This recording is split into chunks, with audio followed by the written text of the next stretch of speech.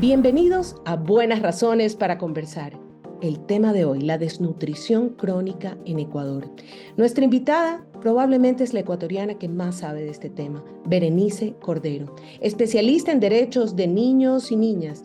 Berenice ha sido ministra en el Ecuador que ha atendido las necesidades del sector social. Ella hoy nos habla de la desnutrición crónica en el país, el resultado de factores combinados de mala alimentación, pobreza, falta de higiene, agua segura. Ella nos habla de que las consecuencias de la desnutrición crónica infantil se presentan a lo largo de toda la vida de un ser humano. No conversemos más, escuchemos a Berenice Cordero, especialista en derechos de niños y niñas. Berenice, gracias por aceptar esta invitación. Es un honor poder conversar contigo. Definitivamente eres una autoridad en el Ecuador y estoy segura de que en la región. Recuerda que este es un podcast que se hace no para especialistas, sino para ciudadanos, que creo que son a los que te diriges en las redes sociales. Cuéntame un poco, cuando hablas de desnutrición infantil, ¿por qué la palabra crónica? ¿Qué significa la palabra desnutrición crónica infantil? Ubícanos en el tema, por favor, Berenice. Muchísimas gracias, Mónica. Un abrazo muy grande a quienes escuchan este podcast. Creo que es una forma de compartir problemas que de hecho afectan a los niños, a las niñas en la región. Bueno, la desnutrición crónica infantil es un indicador de pobreza, ¿no? Quizás eso primero habría que decir y que está vinculado con lo que se llama pues un retardo en el crecimiento, es decir, una baja talla para la edad. ¿Qué ocurre básicamente entre el periodo de los 1000 días de vida de un ser humano, de una niña, de un niño, que es casi una ventana única de oportunidad irrepetible para asegurar que el crecimiento y el desarrollo del niño sea apropiado conforme a la edad que tiene? Entonces, la desnutrición crónica se llama así porque es el resultado de una falta de nutrientes adecuados para la edad o de enfermedades recurrentes que también pueden producir la desnutrición crónica. Por ejemplo, las diarreas, las enfermedades respiratorias agudas pueden causar la desnutrición crónica infantil. Ahora, pueden combinarse varios factores.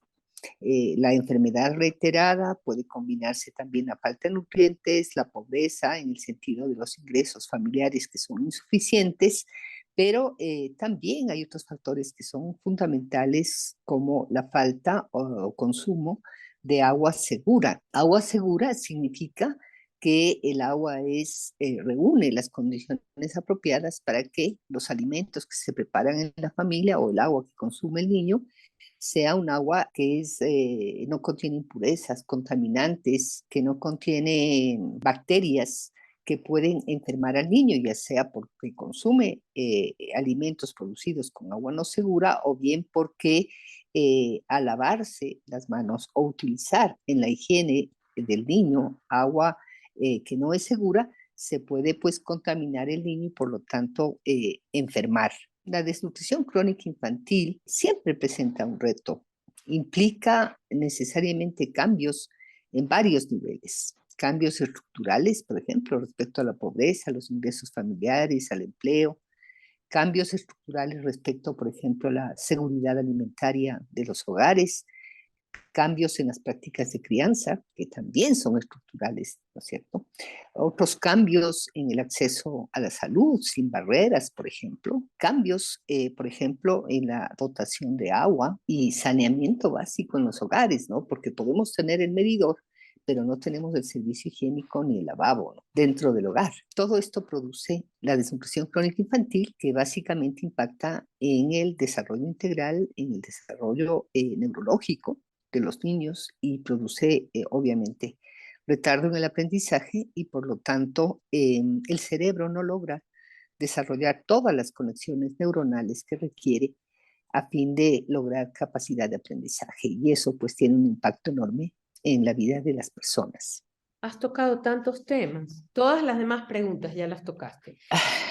Hace poco alguien decía también en redes sociales, algún médico, que mientras que siga la desnutrición crónica, estando, perdón por la palabra, parqueada en el Ministerio de Salud, no se podría combatir realmente. Es decir, mientras que se la siga considerando únicamente un problema de salud. O sea que estás hablando de un problema que debe ser atacado desde varias instancias de los estados. Efectivamente, no es un problema únicamente del Ministerio de Salud Pública, eso es cierto. Sin embargo, de eso, el rol de la salud pública es crucial, ¿no?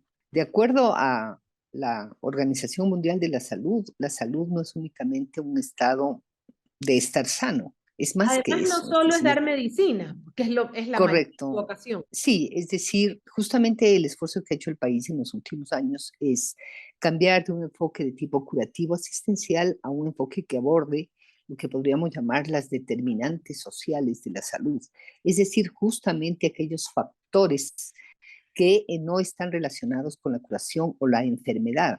Es más, la desnutrición crónica infantil no es un problema solamente de salud pediátrica clínica, ¿no? No debe ser entendida como una enfermedad, ¿no? Es más bien una expresión de derechos que no se garantizan, de derechos que no se atienden de forma oportuna, completa y a tiempo. Ejemplo, un niño obviamente tendrá una enfermedad respiratoria o estará menos protegido para enfrentar una diarrea si es que el niño no recibe las vacunas oportunas de forma completa.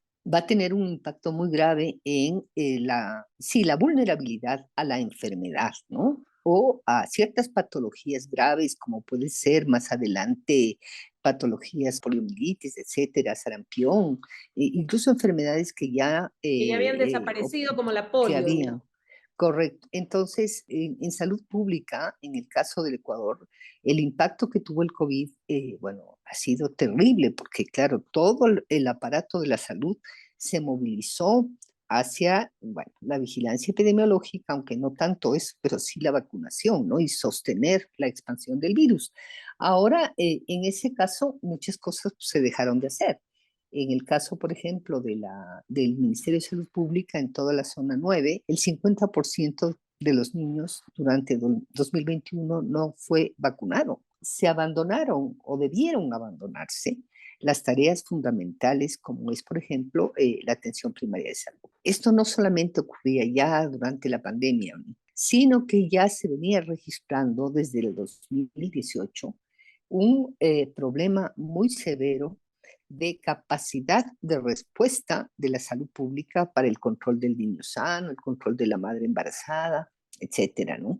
Para poder asegurar la salud universal, especialmente a los niños más pequeños, menores de 5 años, y en particular de los niños menores de 2 años. Vuelvo a esta idea original. Es cierto que no es un problema de salud, pero está atado, está muy atado al funcionamiento de los sistemas de salud pública en cualquier país. Los países que han logrado bajar la desnutrición crónica infantil al 9%, por ejemplo, como el caso de Perú, que logró, pese al conflicto, pese a los problemas políticos, pese a la pobreza, etcétera, logró bajar la desnutrición crónica infantil, en buena parte fue porque introdujo reformas sustantivas y orientó el servicio de salud pública hacia la captación universal de los niños menores de 2 años en particular. Niño que nace, niño que inmediatamente es integrado al sistema de salud pública y que tiene los controles a tiempo y que además de eso tiene control de crecimiento, control nutricional y también tiene educación familiar sobre las prácticas de crianza y alimentación. Ayacucho, por ejemplo, logró incluso en esa región, en ese departamento tan complicado en el Perú, logró incluso en ese departamento bajar la desnutrición y ahora están empeñados en bajar la anemia y subir la calidad del agua, ¿no? Tengo unas preguntas que me surgen de lo que oí. Y contarte dos anécdotas. Hace muchísimos años yo trabajé en un proyecto de televisión educativa del municipio de Guayaquil, y digo muchísimo, fue a inicios de los 2000, y el primer proyecto de televisión educativa que hicimos se llamaba Desarrollo Integral Infantil. Para poder desarrollar el contenido del curso contratamos escritores del curso dirigido a madres y cuidadoras, visitamos los hospitales para hacer una investigación. Y nos contaban los médicos, que fueron a quienes entrevistamos, que ellos decidieron que cuando tenían a los niños hospedados, tú acabas de decir, por problemas respiratorios y por problemas estomacales, de gastroenteritis o ellos aprovechaban y sacaban a las mamás y las capacitaban. Cómo encontrar los primeros síntomas, cómo prevenir que no se agrave el niño, cómo cuidar al niño. Lo mismo les había pasado con los niños quemados. Llegaban muchos niños quemados porque los niños viven en una sola habitación con sus padres y jalan el sartén y les caía. Y entonces con los bomberos hicieron un convenio y formaban a los padres y madres en cómo evitar accidentes en el hogar, ¿sí?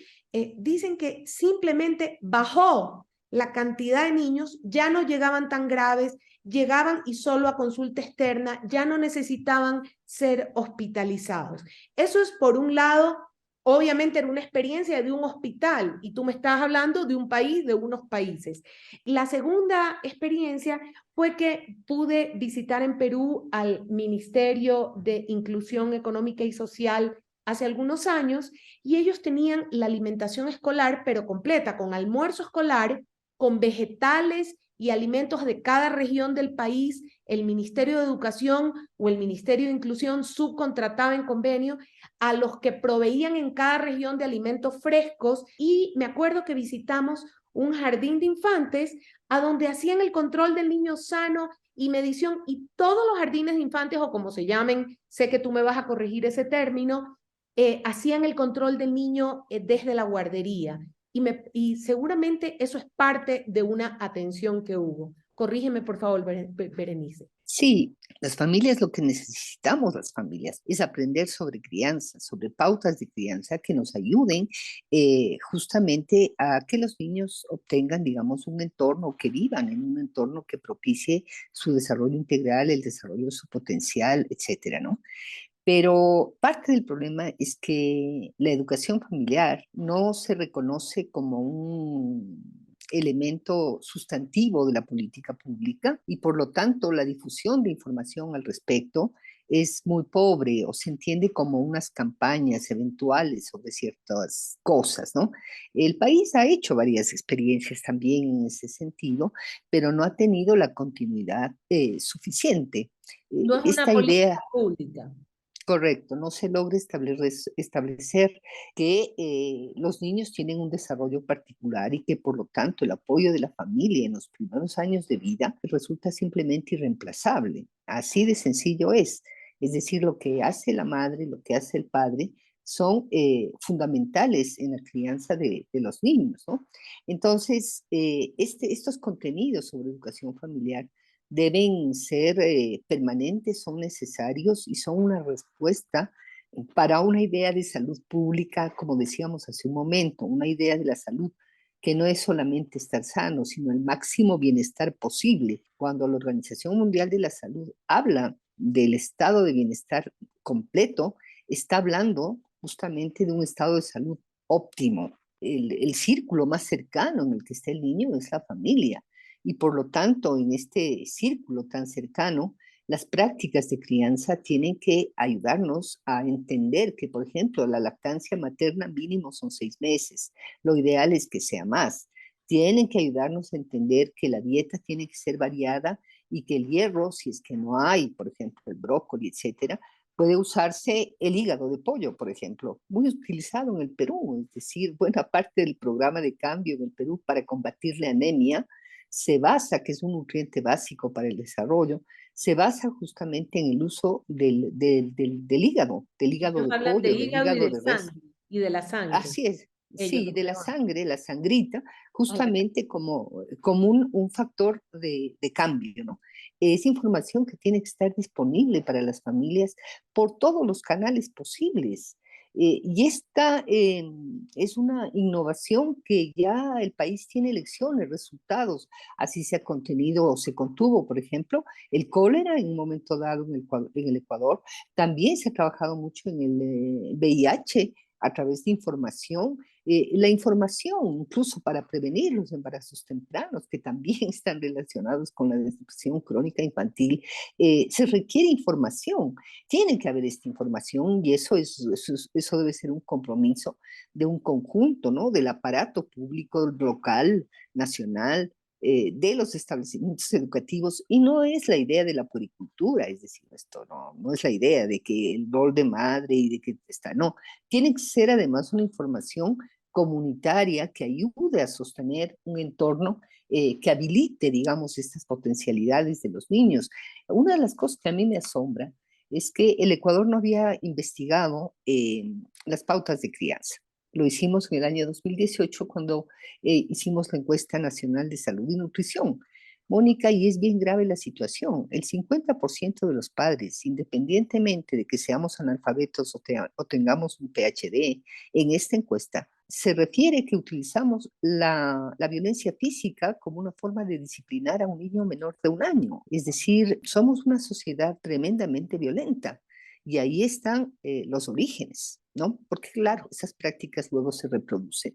Entonces, cuando hablo de pautas de crianza, no me refiero solo a preparación de alimentos, me refiero a la calidad de las relaciones, de las interacciones, de las relaciones intersubjetivas entre los adultos y los niños, que tienen que tener otro carácter, tienen que ser un soporte, un apoyo para el desarrollo y que no se conviertan obviamente en una amenaza, ¿no? En los Eso entornos. incluye el estado de salud óptimo, habla de la salud emocional también, habla no. Claro, espiritual inclusive, Mónica, así dice la Organización Mundial de la Salud. Por eso es que cuando hablamos de desnutrición es un indicador tremendamente sensible que los países luchan por disminuir, justamente porque son conscientes de que no hay una sola causalidad.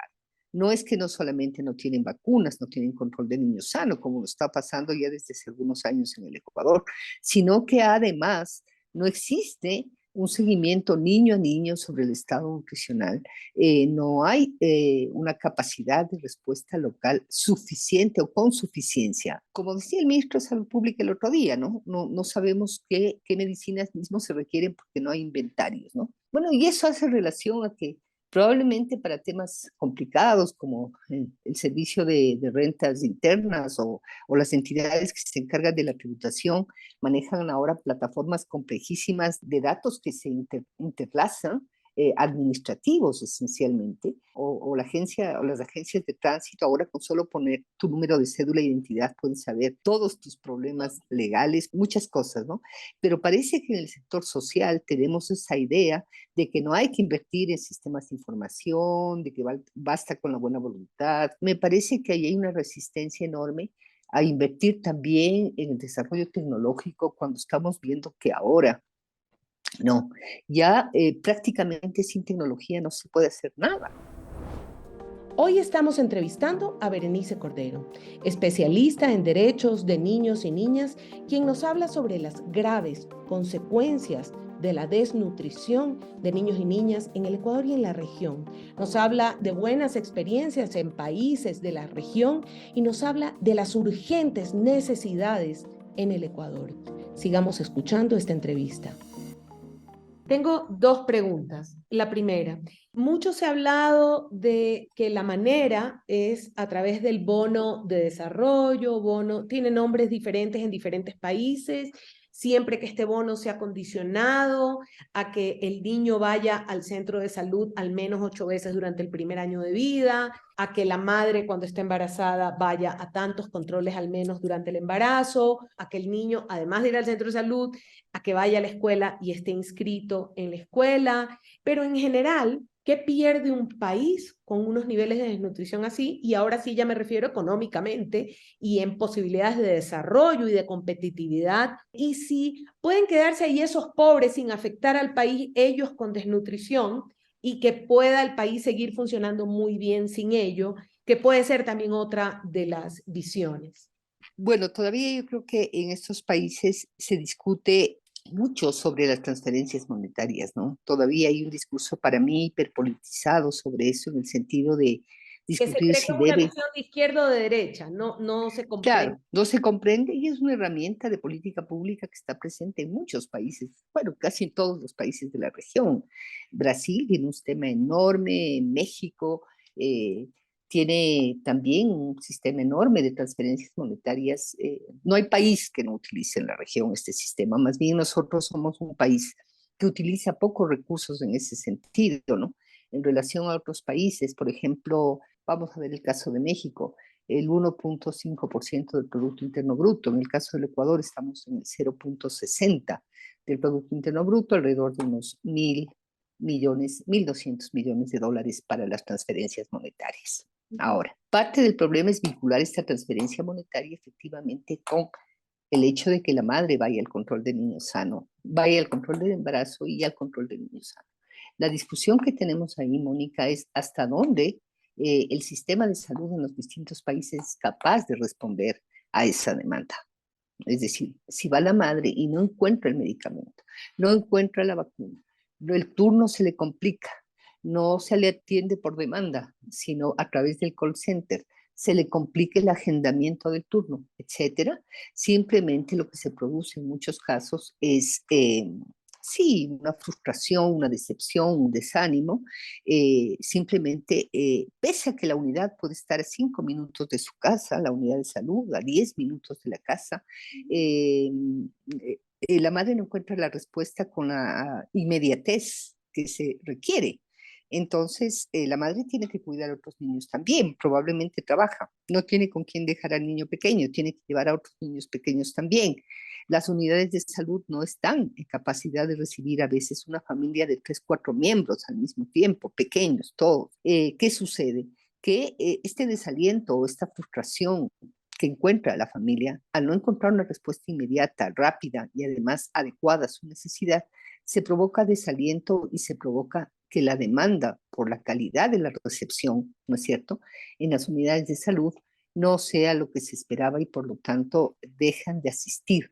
La idea de la corresponsabilidad siempre ha sido una idea que no implique coerción, porque la pregunta también que se hacen los teóricos que trabajan las transferencias monetarias es hasta dónde tiene que condicionarse, porque eso tiene que ver con la pobreza, y la pobreza es pobreza de tiempo también.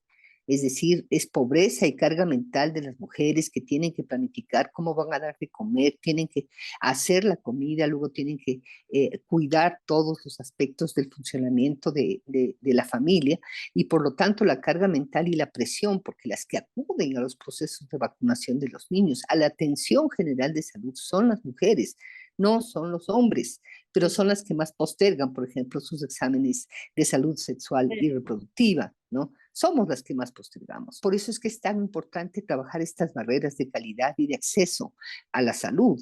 Y esa es una tarea de educación ciudadana, de demanda, pero también de fortalecimiento de los servicios de salud De pública en diseño cualquier de país los del mundo. servicios en función de los usuarios y no en función de los proveedores. Sí, es correcto. Es decir, hay prácticas ya también aquí en el país, por ejemplo, de servicios para adolescentes que funcionan a libre demanda durante 12 horas al día. Hay experiencias, ¿no? El funcionamiento del sistema de salud no logra ser lo suficientemente homogéneo, ¿no? En el país y decir, bueno, está estandarizado, funcionan así. No, resulta que en algún lugar se encuentra una cosa, en otro no hay otra. Uno de los mayores problemas es ciertamente que puedes generar la demanda, la educación ciudadana, y sin embargo la respuesta sigue siendo insuficiente. No se logra establecer, digamos, que la corresponsabilidad tenga un final feliz, ¿no? O tener la libreta de salud, que antes eran solamente 3 cartillas, un tríptico sí, y actualmente son 6 hojas complejísimas de llenar, que la madre tampoco entiende tanta información, ni la usa, y la unidad de salud. También yo creo que en algunos países, y en el nuestro también, está claro que se necesita un funcionamiento de una altísima participación comunitaria ciudadana para que la salud sea efectiva, es decir, eso ya está descontado, ¿no? Igual que los padres participan en los comités de padres de familias de los colegios y escuelitas, igual se requieren niveles de participación a fin de que escuche, ¿no? Porque el que está operando el servicio de salud es está haciendo su mejor esfuerzo o cree que está dando el servicio de acuerdo a lo que se le requiere. Sin embargo, la percepción de la ciudadana, especialmente de la madre de familia, es que no son empáticos, es que no les atienden de acuerdo a su necesidad, es que el tiempo de espera es muy largo, es que no hay el biológico, es que tengo que volver, etcétera, etcétera. Entonces, estas consultas subsecuentes que se requieren en el caso de los niños menores de 2 años, en el caso de salud, esas consultas subsecuentes de control de niño sano, que son 8 estandarizadas, ¿no? A nivel internacional, cuando se tiene menos de un año, simplemente se ven pues entorpecidas por este conjunto de factores que dependen de esta capacidad, por ejemplo, de que el servicio sea intercultural. Si no se habla quichua, o hay barreras para que la madre pueda acudir al ginecólogo para su control, simplemente no va. Es importantísimo entender esto, porque muchas veces el sistema de salud lo que está esperando en el modelo clásico tradicional es que llegue el enfermo, pero de lo que estamos hablando en este caso es que la salud llegue a la población. ¿Y esto qué significa? Significa abrir el sistema de salud y probablemente introducir varios cambios en horarios, flexibilizar, volver a las campañas de vacunación, volver a las campañas, volver a la educación familiar, volver a la naturaleza de la atención primaria de salud, que es fomentar esta participación ciudadana familiar. Uno cree que eso es un problema de niños pequeños y no terminamos de entender como país las consecuencias a lo largo de toda la vida al tener estos impactos neurológicos y en el desarrollo integral del niño en estos primeros 2 años de vida.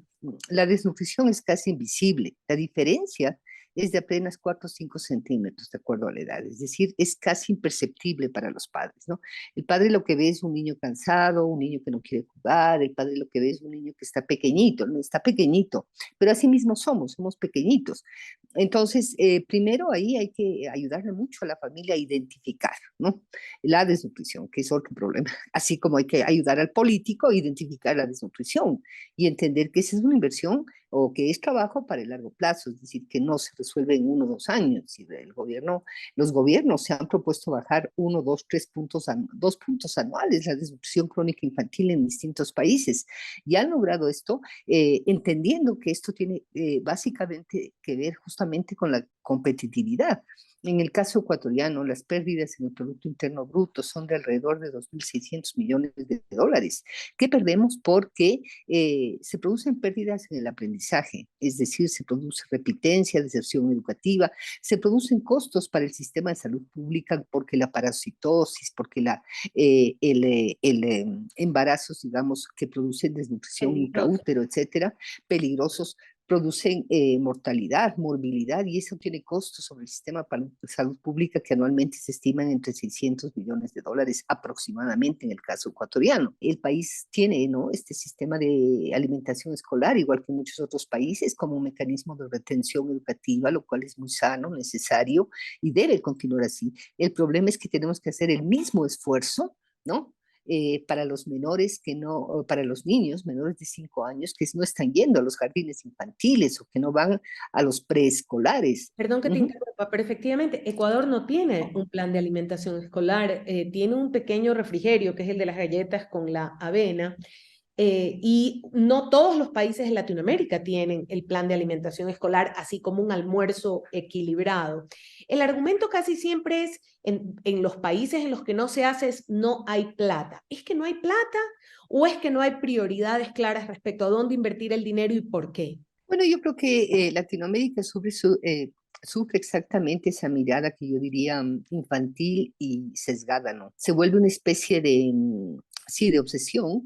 Controlar el déficit fiscal se vuelve una especie de obsesión, tener las cuentas en orden se vuelve una especie de obsesión, el crecimiento económico, el control de la inflación, es decir, son temas en los que los países invierten muchísima energía, ¿no? Sin embargo, muchas veces esta falta de, digamos, de respuesta a los sectores sociales, a la educación, a la salud, que como estamos viendo, son prioridades en la vida de las personas. Como sociedades latinoamericanas, como economías latinoamericanas, no entendemos la relación que existe entre la inversión social, la importancia de la inversión social como un factor de gobernabilidad, como un factor de acuerdo político-social, ¿no?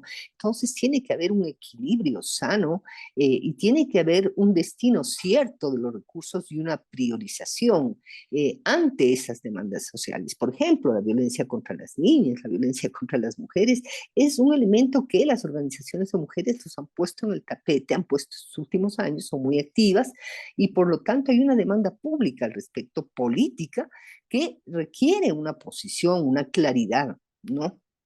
Entonces me parece que esta falta de entendimiento de estos factores de transmisión de las crisis entre los factores económicos, sociales y políticos que no están desligados, se pueden resolver algunos problemas de la institucionalidad, por cierto, pero si no se resuelven también estos factores económicos, si no se distribuye adecuadamente, digamos, y si además no se convence a aquellos que más tienen que es importante invertir en los que menos tienen, y si hay un desgaste también en la acción de la pública por la corrupción, existen elementos para que muchas personas se opongan a que más recursos se destinen a estas actividades sociales, ¿no? Muchas personas que piensan, pero si se van a robar la medicina, se van a robar, todo eso hace que, digamos, se desgaste esta meta de lograr Desconfíe estos. en la institucionalidad, en la importancia de fortalecer esas instituciones. Claro, todo eso pues va provocando poco a poco estallidos sociales que luego significan retrocesos, porque esos estallidos sociales son pérdidas económicas también y Claro. retrocesos sociales y políticos, falta de acuerdos. Yo creo que somos sociedades que tenemos que entender el valor de los acuerdos. Tomarán tiempo, pero están ahí con una razón y la razón es redistribuir mejor, lograr mejores estándares también desde el punto de vista económico, social, político y eso, claro, tiene unos costos y pues con causas o elementos que hemos señalado, no siempre hay la disponibilidad, ¿no?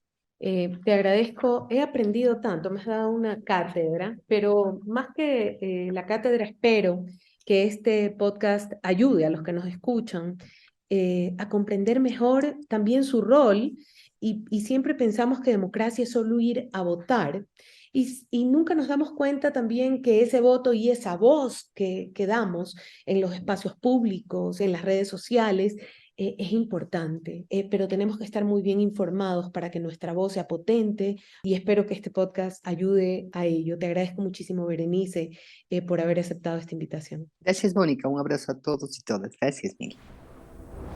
Hoy hemos escuchado a Berenice Cordero hablar sobre la desnutrición crónica en el Ecuador.